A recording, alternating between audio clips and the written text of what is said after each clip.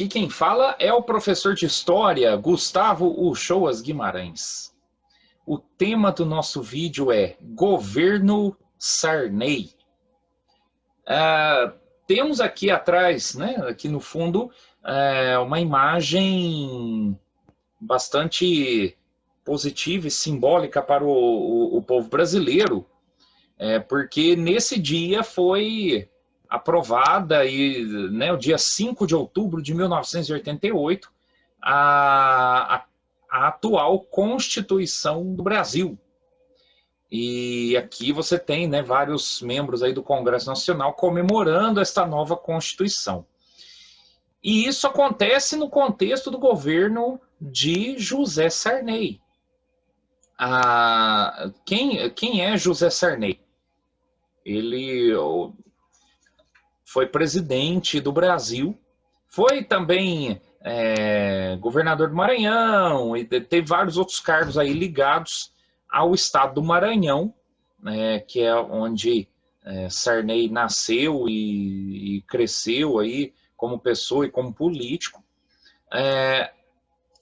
Este é José Sarney, nascido dia 24 de abril de 1930, portanto ele tem 90 anos de idade, é vivo ainda, e tem aí uma família de políticos, né, filhos, netos, né, outros parentes aí na política, principalmente ligados ao estado do Maranhão. José Sarney, ele foi presidente no contexto do final da ditadura militar, né? A ditadura militar, ela termina em 1985, quando houve aí um acordo onde o Congresso Nacional escolheria o próximo presidente e este não seria militar. Então você tem, aí houve ali dois candidatos, né? Paulo Maluf, apoiado pelos militares, e Tancredo Neves. Tancredo Neves vence aquela eleição no Congresso Nacional, mas o Tancredo Neves foi internado com problemas de saúde na véspera de tomar posse como presidente. E Tancredo Neves morreu no hospital. José Sarney era o vice-presidente. Então, com Tancredo Neves internado e depois vindo a falecer, José Sarney assume como presidente da República para um governo de 5 anos. E José Sarney tinha ali a tarefa de alterar a Constituição, né, mudar a Constituição do Brasil para que tivéssemos uma Constituição adequada aos tempos democráticos, deixássemos para trás uma Constituição ligada à ditadura militar, e a Constituição brasileira, ela foi aprovada no dia 5 de outubro de 1988, com essa estrutura aí, né, que vocês estão vendo. Por exemplo, lá, do artigo 1º até o artigo 4º são os princípios fundamentais. Aí, do 5º ao 17º, os direitos e as garantias fundamentais. Então, aonde vai falar, por exemplo, que todo brasileiro tem direito à educação, à saúde, né, garante o direito à liberdade de pensamento, à liberdade de expressão. Então, direitos, liberdades, garantias fundamentais da sociedade para que se tenha uma democracia de fato, estão aí, né, nesses artigos da Constituição. E depois vou falar sobre a organização do Estado, como é que, né, os poderes, então, judiciário, legislativo e executivo, como é que tem que funcionar esses 3 poderes, e entre outros assuntos. Estão todo o funcionamento do país, né, ele é previsto pela Constituição, e depois tem os desdobramentos, né, na lei. Por exemplo, a Constituição fala da educação, mas aí você tem, então, para fazer a educação funcionar, ajudar ela a funcionar, aí você tem uma lei específica depois, né, a Lei de Diretrizes e Bases da Educação Nacional. Ou então, quando fala, por exemplo,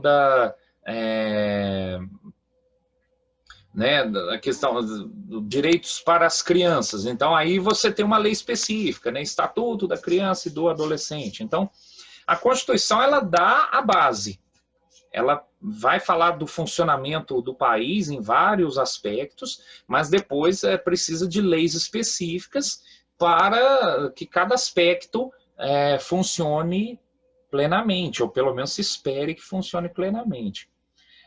As chamadas disposições, lá no final, disposições transitórias, são aspectos que deveriam ser seguidos pelo governo brasileiro, algumas decisões serem feitas, ou algumas ações a serem realizadas logo após a Constituição ser aprovada. Então, por exemplo, nas disposições transitórias já se previa que o governo deveria promover uma votação onde a população escolhesse entre república e monarquia, e se escolhesse república, teria que escolher entre presidencialismo e parlamentarismo. E aí, no caso, essa votação realmente foi feita em 1993.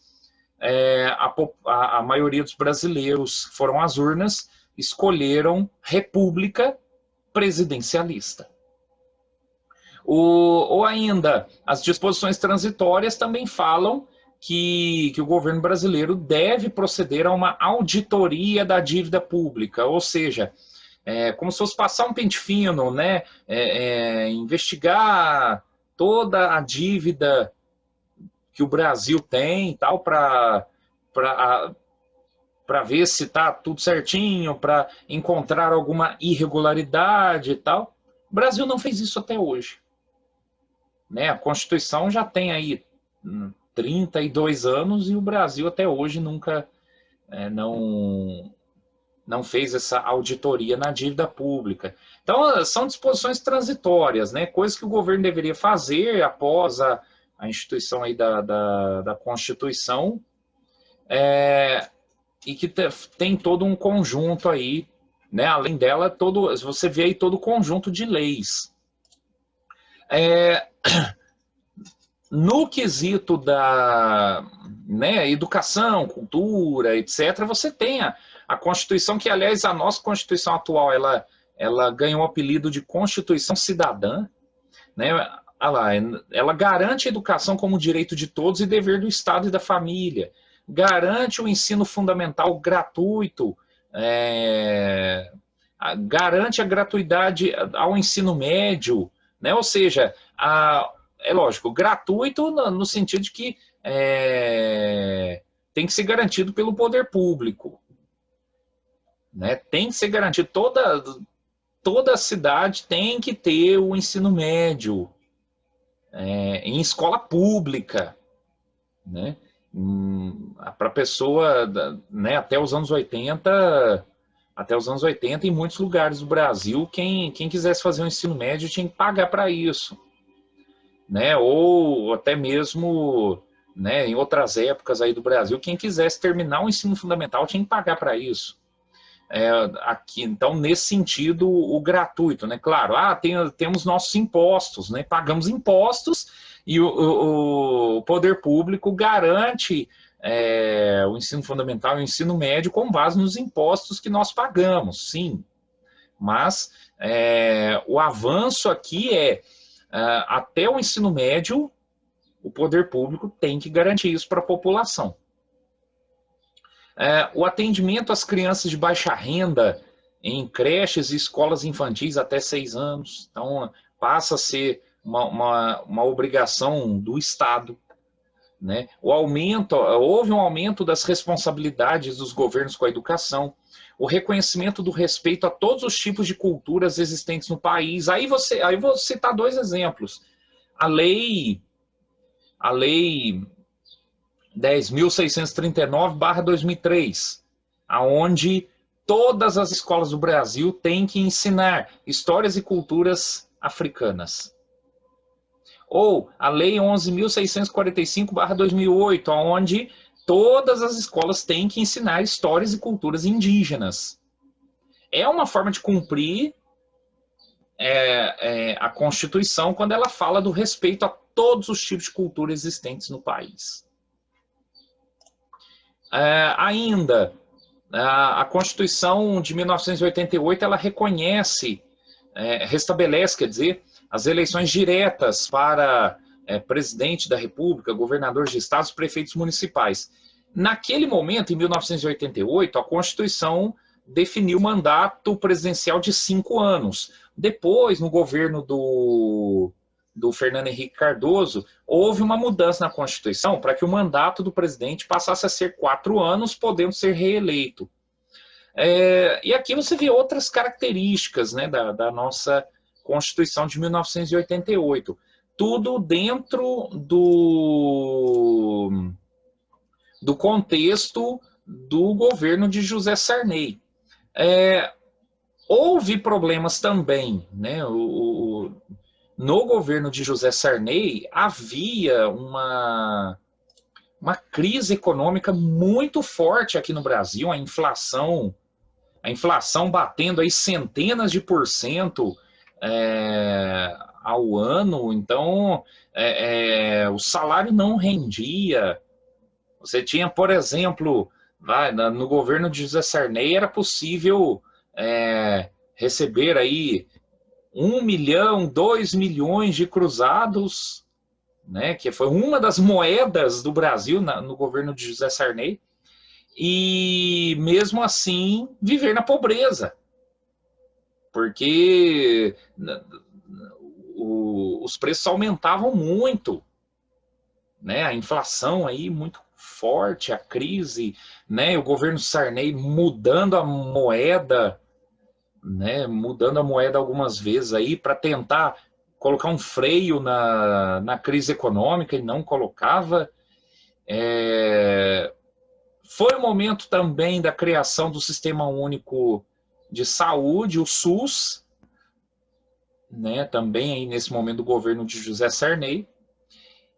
E em outros vídeos continuaremos falando sobre os presidentes que governaram o Brasil depois da ditadura militar. Voltaremos a falar de crises econômicas, né, dos planos econômicos para tentar conter a inflação, né, e falaremos desse e outros assuntos também, aí, políticos, econômicos, sociais, após a ditadura militar. Muito obrigado.